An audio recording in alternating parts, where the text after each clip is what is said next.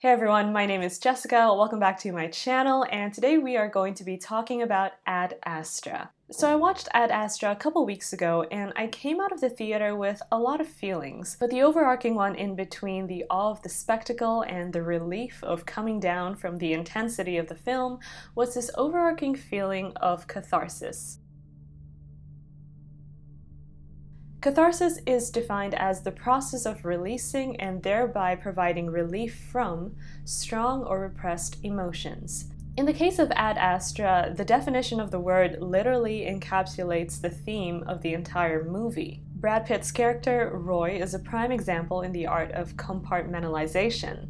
His character is renowned for never having a heart rate above 80 beats per minute, and while this might seem like a very small and odd detail, it stuck with me throughout the entire movie. Is this a man that truly feels no fear, or is he so good at burying it under that he risks losing his humanity? That's what every science fiction story boils down to in the end. The reason why I'm so drawn to the genre is its ability to reflect the human experience in unexpected, strange, and even disturbing ways. And oftentimes in science fiction stories, the protagonist is forced to confront a reflection of themselves that they're so desperately trying to look away from.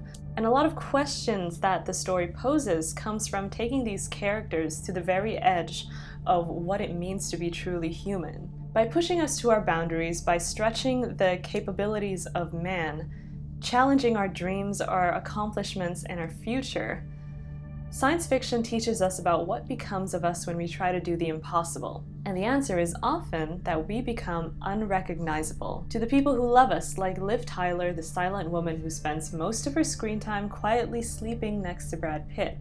Of course, the most poignant example of this is Roy's father.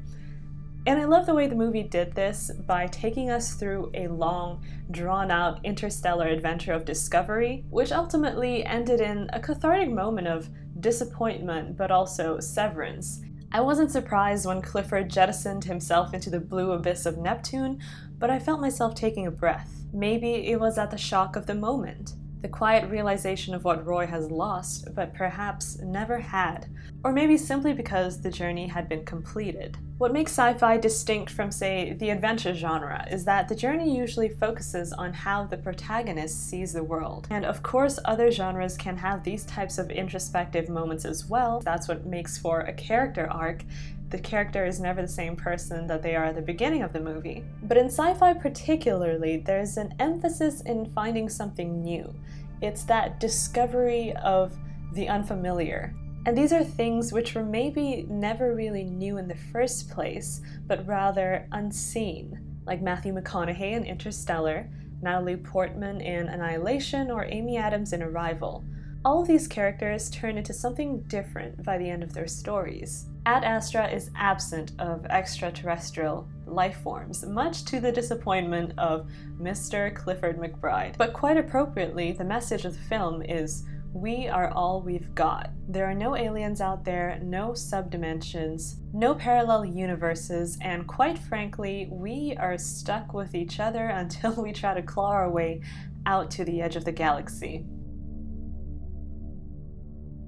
So when I think about the journey in Ad Astra, I think about it as a drive on a very long road on a very late night. Like when you're following a star with tunnel vision. It's a drive with purpose, and we're not looking back until we've reached the end and until it's time to go home. That's what I found surprising in this movie, the fact that reaching the edge of the galaxy is the first step in going home, and Roy hasn't truly been home. Not really, since his father left him when he was younger. Even though the final words of the film were essentially live, laugh, love, and yes, I did laugh at the simplistic absurdity of it all, and I meant what I said about the film never looking back, unless it had something to do with Clifford McBride. But even in that case, we never truly get flashbacks of Clifford, or we don't get flashbacks of Roy's past.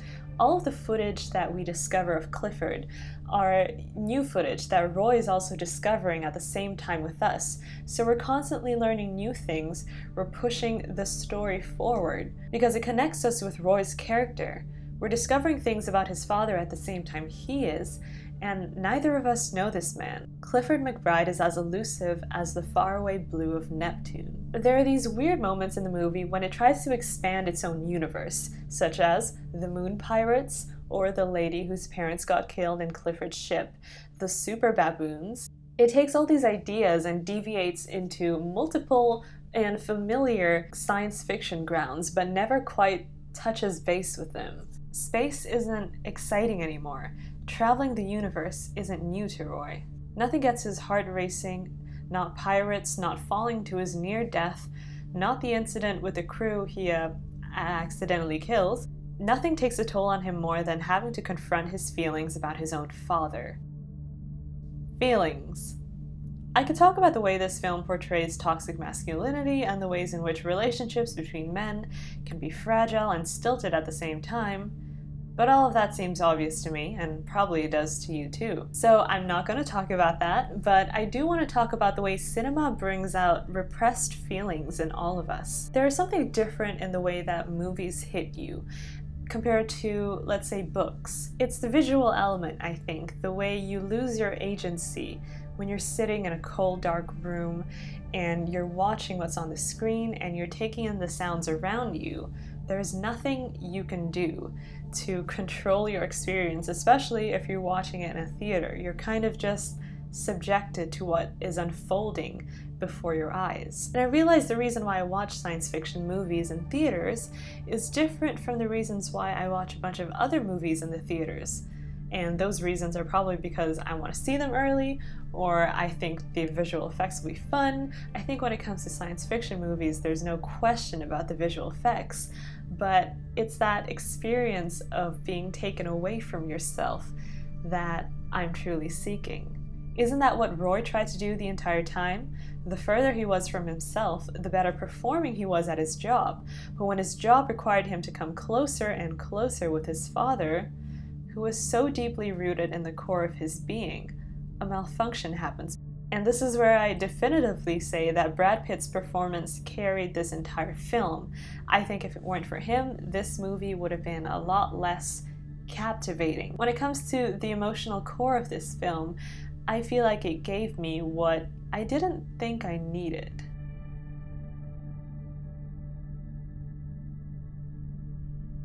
Thank you everyone for watching. I hope you enjoyed this review. Let me know if you like this new discussion style and what movies are you seeing in October? What are your favorite spooky films now that we're on season? Let me know in the comments below. I always love hearing from you guys. And yes, I will see you soon with a new review. Thank you. Goodbye.